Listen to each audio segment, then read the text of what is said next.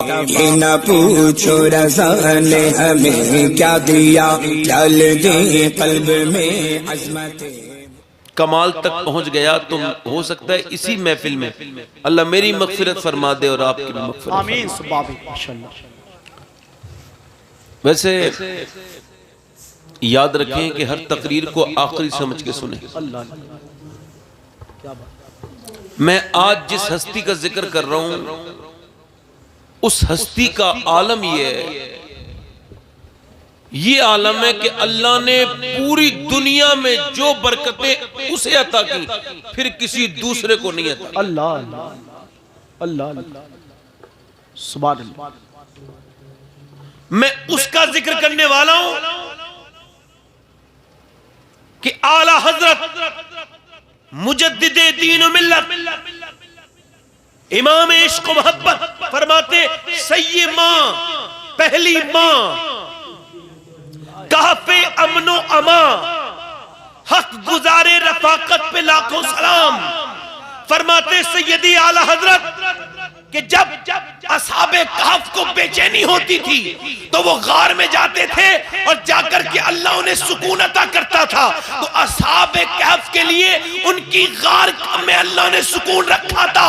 और ऐसे ही सुने पूरी दुनिया का सुकून मदीने में है, पूरी दुनिया का, मैं सही बता रहा हूं, पूरी कायनात का सुकून। हिंदू जब तक मेरे नबी पाक का कलमा पढ़ के मुसलमान होकर के उनकी बारगाह में नहीं जाएगा उसे सुकून नहीं मिल सकता। ईसाई जब तक मेरे नबी का नहीं बनेगा दौलत तो मिल जाएगी मगर सुकून नहीं मिलेगा। शायर कहता है मेरा दिल तड़प रहा है, मेरा जल रहा है सीना, ये दवा वहीं मिलेगी, मुझे ले चलो मदीना। ये मदीने में किसका सुकून है? मियां मुफ्ती आजम का सुकून मदीने में है, सरकार ताजुश शरिया का सुकून मदीने में है, आला हजरत का सुकून मदीने में है, निजामुद्दीन औलिया का सुकून मदीने में है। जब पूछोगे ख्वाजा मोइनुद्दीन चिश्ती से ए करीम नवाज आप बताएं आपका सुकून कहां है, कि फरमाएंगे मदीने में है। पूछा जाएगा गौसुल आजम से आपका सुकून कहां है, कहेंगे मदीने वाले के कदमों में है। मौला अली से पूछा गया बताएं आपका सुकून किसके पास है, कहने लगे मेरे सरकार की महफिल में है। हजरत उमर का सुकून मेरे नबी के पास है,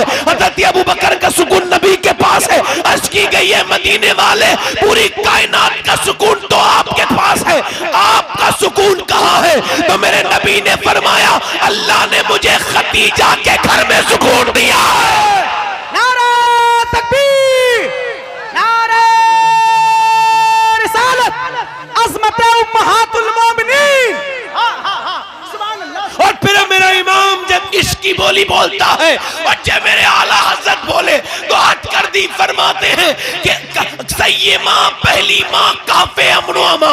फरमाते खदीजा वो है असहाबे कहफ को तो कहफ में सुकून, असहाबे कहफ को जाकर के गार में सुकून मिलता था और मेरे नबी को खदीजा के पास जाके सुकून मिलता था।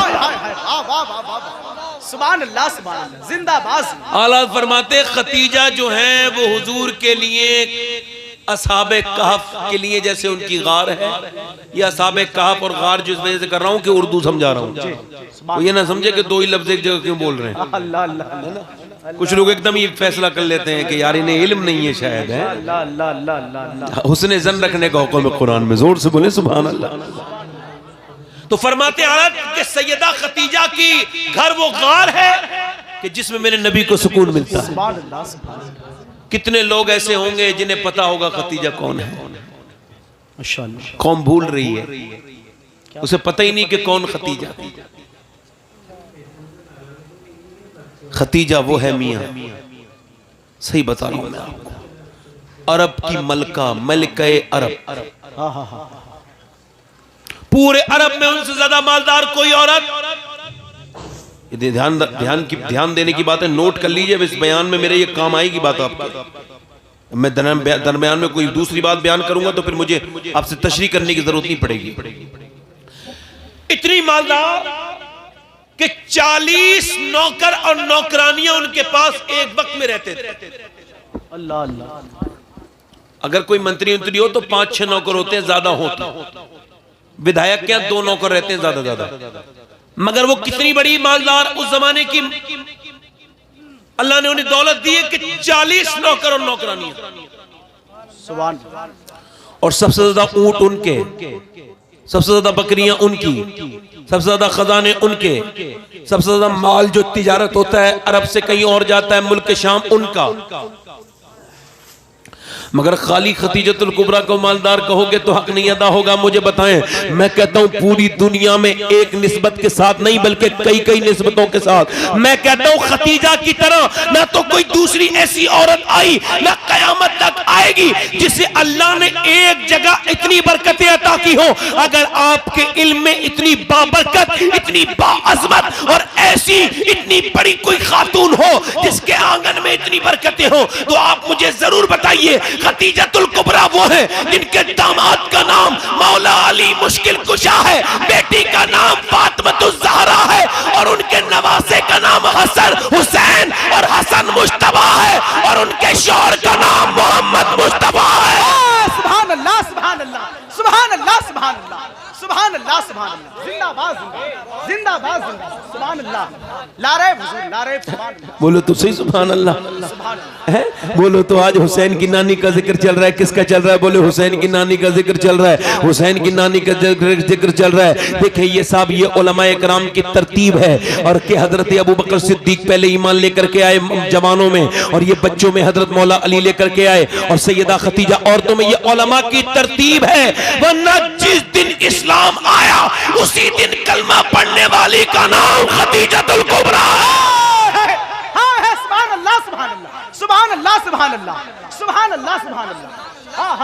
पांच की पांच आयतें हुजूर ने आकर के वो जो गारे हिरा पे आयतें नाजिल हुई ना तो पांच की पांच आयत वो हुजूर अक़दस सल्लल्लाहु अलैहि वसल्लम ने सैयदा खतीजा को सुनाई। यार किसी मक्के के और किसी आदमी को सुना सकते थे, आप किसी अपने रिश्तेदार को सुना सकते थे। अल्लाह का हुक्म के बगैर हुजूर कुछ नहीं करते। इन हुवा इल्ला वहयु युहा। हुजूर जरा गौर करें, मेरे नबी किसी और को सुना देते मगर नहीं, किसी मर्द को नहीं सुनाया। मेरे नबी ने खतीजतुल कुबरा को सुनाया। मेरे नबी की नजर देख रही थी मैं खतीजा को सुनाऊंगा, खतीजा अपनी बेटी फातिमा को सुनाएंगी और फातिमा हुसैन को सुनाएंगी और हुसैन करबला के मैदान में नेज़े पे चढ़ के कुरान सुना देगा। नारा तकबीर, नारा रिसालत, खानदान मुस्तफा। सुभान अल्लाह, सुभान अल्लाह, सुभान अल्लाह। औरतों को अगर जाहिल रखोगे, औरतों को नहीं पढ़ाओगे तो अच्छे बच्चे बरामद नहीं होंगे। क्या बात। लड़कियां जाहिल रहेंगी तो उनकी बेटियां भी जाहिल रहेंगी। पहला मदरसा मां है। जिंदाबाद। इस्लाम एक ऐसी चीज है, इस्लाम समझाता है, बताता है कि मेरे नबी एक हफ्ते में 3 मरतबा खिताब करते हैं मगर 2 मरतबा सिर्फ औरतों को खिताब करते हैं। हाय हाय। खतीजतुल कुबरा कौन है? जिनका निकाह हुजूर के साथ हुआ। तो क्या ऐसी हो गया? नहीं नहीं, सुनो, मेरे नबी पाक के कोई भी काम ऐसा ही नहीं हो जाता। सुनो, मेरे नबी को अल्लाह ने यार भी चुन चुन के दिए और रिश्तेदार भी चुन चुन के दिए। ना यारों का जवाब है ना रिश्तेदारों। सुभान अल्लाह, सुभान अल्लाह। बोलो तो सही जरा यार, बोलो तो सही। न यारों का जवाब है न रिश्तेदारों का जवाब है। अगर यारों की बात करेंगे तो देखें अबू बकर यार हैं, उमर यार हैं, उस्मान यार हैं, हुज़ैफा यार हैं, सलमान फारसी यार हैं। और रिश्तेदार की बात करो तो हुसैन रिश्तेदार हैं, हसन रिश्तेदार हैं, अली रिश्तेदार हैं, सैयदा कायनात रिश्तेदार हैं। अल्लाहु अकबर। ऐसा घराना भी कहीं है? सुभान अल्लाह। ऐसा चमन कहीं नहीं है जैसा मदीने का चमन। सुभान अल्लाह, सुभान। मगर आज बदतमीजी ये चल रही है हमारे यहाँ। अल्लाह माफ करे, जो है हम सबको हिदायत दे अल्लाह परवरदिगार। आमीन। देखें हमने ना अपने बुजुर्गों वाली जिंदगी छोड़नी नहीं। हम सहाबा के भी गुलाम हैं, अहले बैत के भी गुलाम हैं। बेशक। ठीक है। अब देखें इनका निकाह जो हुजूर के साथ हुआ ये भी अल्लाह का हुक्म है। शेख अब्दुल हक मोहद्दिस देलवी ने एक वाक़या वो बयान करते हैं कि सैयदा खतीजा बयान करती काबे में मेला लगता था। इधर देखें, कहती मेरी उम्र ज़्यादा नहीं थी, काबे में मेला लगता था उसमें सिर्फ औरतें शरीक होती थी। एक साल में एक बार लगता था। कहते जब एक बार फरमाती एक बार जब लगा तो मैं काबे के दरमियान में मौजूद थी। कहती एक आदमी आया, बाल उसके खुले हुए, उसके कपड़े फटे हुए थे मगर उसके हाथ में एक किताब थी बड़ी मोटी और बहुत ज़्यादा जो है वो ज़्यादा बड़ी किताब थी, कहते वो लेकर के आया तो औरतों ने उसे धक्के दिए मगर वो हटा नहीं। औरतों ने कहा तू क्यों तू मर्द हो के औरतों में क्यों आ रहा है, मगर वो नहीं हटा। उसने काबे के दरमियान खड़ा हुआ और अपनी किताब खोली और बोला तुम मुझे धक्के मारती हो, मुझे परेशान करती हो और मैं तुम्हें खुशखबरी सुनाने आया हूं। अगर मेरा इल्म सही है तो कुछ दिनों के बाद इसी काबे के पास अल्लाह का आखिरी हबीब आने वाला है, और अगर मेरा इल्म सही है तो तुम औरतों में एक औरत ऐसी मौजूद है जो उनकी बीवी बनेगी। हाय हाय हाय। फरमाती सैयदा खदीजा और औरतों ने तो धक्के मारे मगर मैंने उसे नजराना पेश किया, और उसके बाद कहती मैंने अपना दामन फैला के काबे की तरफ को मैंने कहा ए काबे के मालिक, हाय हाय हाय हाय हाय, अगर वो तेरे हबीब इसी मक्के में आने वाले हैं तो खतीजा की झोली में वो नेमत डाल दे। हाय हाय सुभान अल्लाह सुभान अल्लाह। हाय हाय। हुजूर की 38 साल शादीशुदा जिंदगी है, कितनी 38, और 38 में 25 साल अकेली सैयदा खतीजा के साथ रहे हैं। हाय हाय हाय हाय। यार 10 मिनट को कोई ईमान ले ना 10 मिनट को, और अपनी जिंदगी के 10 मिनट हुजूर के साथ गुजार ले तो वो सिहाबी बन जाता है। क्या बात। उसके बाद कोई उसका मुकाबला नहीं कर सकता। उसके बाद आने वाला बोलो जो 10 मिनट में ये और जिसने 25 साल गुजारे हो, हाय हाय सुभान अल्लाह सुभान अल्लाह। और वो भी किस हाल में, मैं बयान तो कर रहा हूँ, जरा सुनते रहे आप, करीब होते चले जाएंगे सैयदा खतीजा के अल्हम्दुलिल्लाह, और हम सबकी माँ है वो जी। और एक बात और सुन लो, मैं बयान कर रहा हूँ, जो भी दिल में ख्वाहिश नेक हो लेके बैठो। हाय हाय। मैं कह रहा हूँ अकीदा बनाओ कि सैयदा खतीजा के सदक़े से अल्लाह नवाजेगा। अपने दिल में जो अगर कोई नेक तमन्ना हो तो लेके बैठो, पूरी होगी इंशाअल्लाह। दिल से सुनो, मैं किसका जिक्र कर रहा हूं इसका एहसास अभी नहीं है आपको, ये मुझे तक नहीं है। सुने, काबे में पहले लोग जाते थे तो दुआएं मांगते थे, तस्वीर जो है वो अल्लाह से डरते थे। अब तो मियां 2 रकत नमाज पढ़ने के बाद अगर एक सेल्फी नहीं ली तो क्या नहीं लिया। 2 रकत नमाज के बाद एक सेल्फी तो बनती है ना, कम से कम एक तवाफ के बाद 2 सेल्फी तो डलती है ना पोस्ट करने के लिए, तस्वीर तो बनती है ना, एक तस्वीर बनानी चाहिए। कहां से भाई काबे के साथ फोटो खिंचवाए, तेरी सूरत इस लायक है कि तू काबे के साथ फोटो शेयर कर रहा है। अल्लाह, तुझे शर्म नहीं आई? काबे में गौस पाक रोते थे, गौसुल आदम इमाम हसन रोते थे। इमाम हसन ने 25 हज किए पैदल, बोलो तो सही जरा। इमाम हुसैन ने कितने हज किए? 25। दोनों भाइयों ने पैदल मदीने से मक्के आते थे। ये कहना आसान है मगर करना बहुत मुश्किल है। मक्के में टैक्सियां ढूंढते हैं लोग 2 किलोमीटर जाने के लिए, टैक्सी हो भाई। और वो कहां से आते थे? अब पूरे मदे मेरे हिसाब से, अल्लाह का शुक्र है मैंने 2 हज किए, मेरे हिसाब से अगर आदमी हज अपने पैरों पे करे ना तो 100 किलोमीटर कम से कम चलना पड़ेगा उसे 5 दिन में। इमाम हसन ने कभी, इमाम हसन रज़ियल्लाहु ताला कभी जो है ना वो सवारी पे बैठे ही नहीं। और जब कोई कहता था पढ़िए तलबिया पढ़िए लब्बैक अल्लाहुम्मा लब्बैक लब्बैक ला शरीक लक लब्बैक, बिल्कुल नहीं पढ़ते थे। कहते कोई पूछा क्यों नहीं पढ़ते हैं? डरते थे, कांपते थे। कहा अगर मैं ये कहूँ लब्बैक लब्बैक लब्बैक, ऐ अल्लाह मैं हाजिर हूँ, और अगर काबे की तरफ से आवाज आ जाए मुझे तेरी हाजिरी ला लब्बैक, मुझे तेरी हाजिरी कबूल नहीं, तो फिर अल्लाह अल्लाह अल्लाह। मेरे शेख गौसुल आज़म इरशाद फरमाते हैं जब तुम एहराम बांधने लगो, सुनो गौस पाक का फरमान होता है टॉप पर, सुने गौस पाक फरमाते हैं जब तुम अपना एहराम बांधने लगो तो सोचो तो जब तुम मरोगे तब भी तुम्हारे 2 कपड़े होंगे और यही सफेद कपड़े होंगे। तो तुम्हें अल्लाह ने मरने से पहले क्या किया कि अल्लाह ने तुम्हें मरने से पहले तुम्हें जो है ना ये चादरें पहना दी कफन की सूरत में, मगर बोसा वाला कफन पहनोगे तो तौबा का मौका नहीं होगा। और ये जो तुमने एहराम बांधा है ना, अब तो तुम्हारे पास मौका ही मौका है। अब अपने रब की बारगाह में तौबा कर लो और अपने रब से तौबा करके दुआएं मांगो। मियां पहले के लोग थे काबा देख के कहते थे ऐ अल्लाह क्या पता हो सकता है कभी काबा देखने मिले ना मिले, तो फिर वो रोते थे, इल्तिजाएं करते थे अल्लाह अपने रब की बारगाह में, अल्लाह के मुकद्दस घर में जाते थे तो रोते थे। आज मैंने देखा है, अभी मैं रमजान में आया हूं, लोग मियां इबादत कम करते हैं, तस्वीरें ज्यादा खींचते हैं। आज लोग मियां इबादत कम करते हैं, तस्वीरें ज्यादा खींचते हैं। कभी अल्लाह तुम्हें मक्का मदीना ले जाए तो एक बात मेरी याद रख रखना,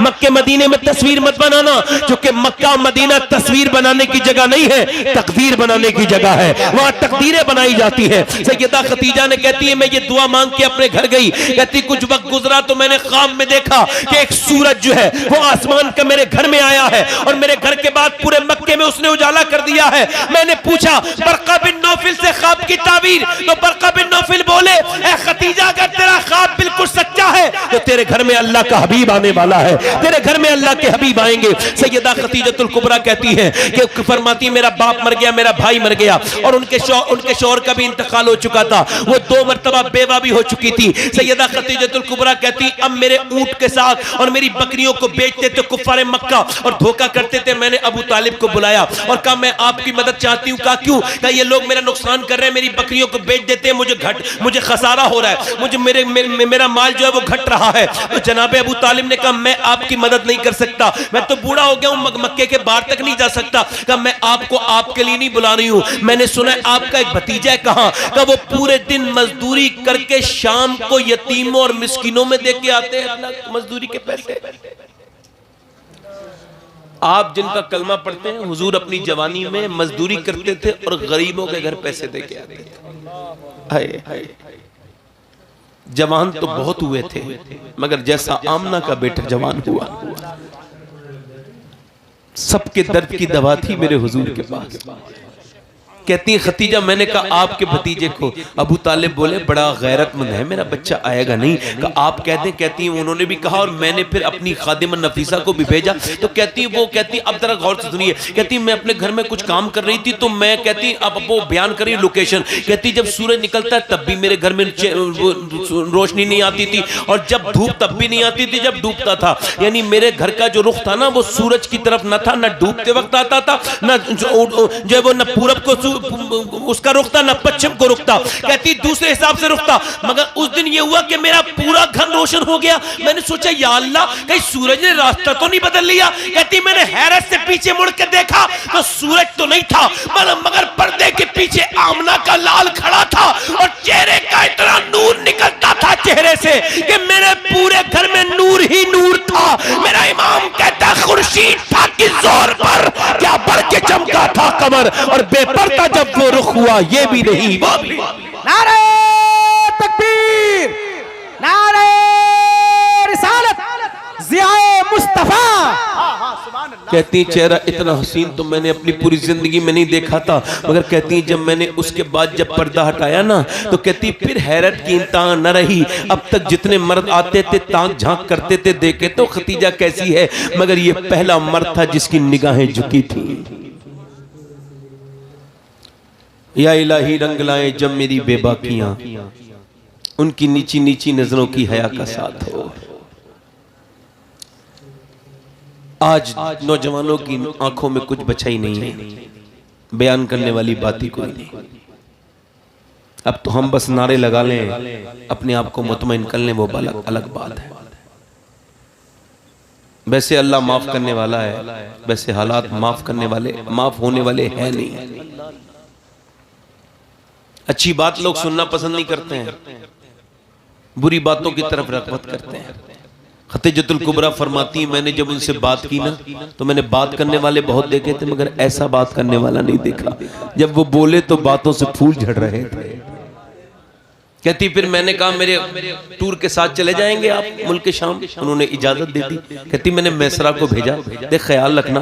मैसरा कहता है पहले की तरह बात थी, मैंने भी सोचा कि पहले की तरह मामला है। कहती मैं चला गया मगर जब मैसरा वापस आए ना उस सफर से नबी पाक के साथ तो खतीजतुल कुबरा ने पहला सवाल पूछा ये बता कितना फायदा हुआ? मैसरा बोला फायदा बाद में पूछना, पहले मेरी ये बात सुन लो। आपने मुझसे कहा था ख्याल रखना, मैं तो हर ख्याल रखता ही था मगर मैं आपको बताऊं आप ऐसा करो मुझे आजाद कर दो। ए बच्चे कहां जा रहे हैं? बैठ जा। आखिर तेरे कुछ समझ में नहीं आ रहा, मैं फारसी में बोल रहा हूँ, क्या हुआ? ये कोई उसूल थोड़ी है कि जब तुम चाहोगे उठ के चले जाओगे, है ना? भाई मैं तो खुद ये चाहता हूं कि मेरी तकरीर सही टाइम पे हो जाए ताकि कोई उठ के ना जाए। मगर अगर मैं कोई फालतू बात कर रहा हूं तो आप मुझे बताएं, खत्म कर देता हूं, कोई बात नहीं। और अगर मैं ठीक बात कर रहा हूं तो बैठ के सुनो। और अगर इतना जरूरी है यहाँ से उठ के जाना तो चले जाओ। वैसे बहुत लोग ऐसे थे पुराने जमाने में जो घर जाना चाहते थे, मगर वो समझ नहीं पाए असली घर कौन सा है। अल्लाह, आप कौन से घर जाना चाहते हैं?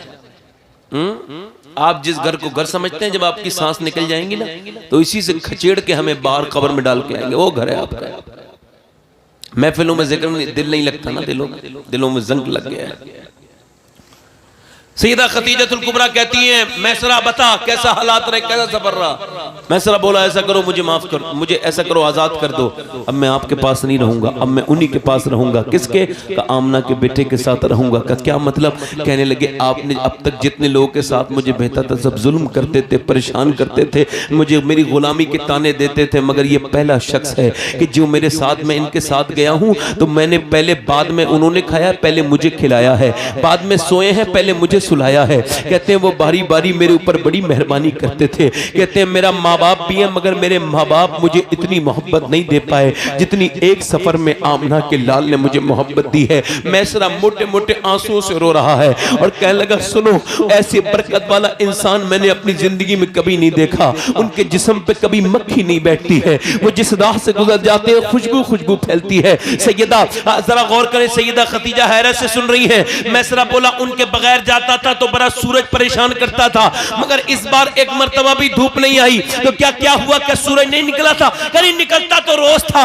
मगर आमना के लाल के बेटे के सर पे चादर, वो जो बादल जो था ना वो साया करता हुआ चलता था। सैयदा खतीजा बोली कितना फायदा हुआ? क्या फायदा सुनोगी? वो मंडी में गए तो लोगों ने कहा झूठ बोलो, इस मंडी में झूठ बोला जाता है। उन्होंने कहा मैं झूठ बोलने नहीं आया, मैं तो सच बोलने आया हूँ। कहने लगे तो नुकसान हो जाएगा, लात उज़्ज़ा की कसम खाओ। नबी पाक ने फरमाया नहीं मैं नहीं खाऊंगा। अल्लाह के रसूल ने सच बोला। वो कहते उसने ऐसा सच बोला कि आज तक किसी झूठे को इतना फायदा नहीं हुआ अल्लाह ने जितना उस सच्चे को फायदा अता किया है। आज लोग कहते हैं बगैर झूठ बोले फायदा नहीं होगा। बगैर झूठ बोले अगर फायदा नहीं होगा तो सुन लीजिए, झूठ बोलने का नुकसान ये कि आपका काम हराम हो जाएगा, नेक काम तो आपका मेहनत का काम हराम हो जाएगा, और झूठों पर अल्लाह की लानत है। सैयदा खतीजा कहती मेरे दिल में उनकी मोहब्बत बस गई। मैंने नफीसा को कहा जाओ उनके पास निकाह का पैगाम लेकर के जाओ। नफीसा गई, और कोई होता तो चल जाता, इतनी मालदार औरत। कहती खतीजा लोग मेरे पैगाम बेचते थे, हमसे निकाह कर लो, मेरे माल को देख करके और मेरी शराफत को देख करके, मगर कहती मैंने किसी को जो तस्लीम नहीं किया, एक्सेप्ट नहीं किया। मगर कहती फिर मैंने इसे भेजा नफीसा को, हुजूर की बारगाह में गई। कहने लगी हुजूर ने फरमाया क्यों आई हो? कहा मेरी माल के नाम से शादी करना चाहती है। सरकार ने फरमाया ऐसे जवाब नहीं दूंगा, पहले अपने चचा अबू तालिब से पूछूंगा।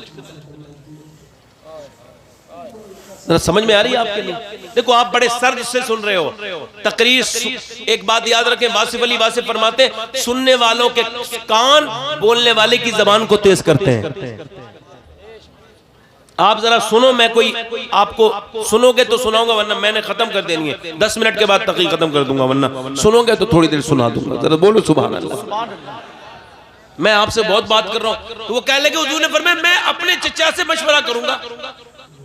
यार हुजूर को किसी की मशवरे की जरूरत है नहीं, मगर मशवरा क्यों कर रहे हैं? क्यों कर रहे हैं? कुछ लोग पूछते हैं ना माँ बाप की बगैर मर्जी की शादी करना कैसा है? हम बताएं माँ बाप की बगैर मर्जी की शादी करना हराम है, मगर जैसे शराब पीने से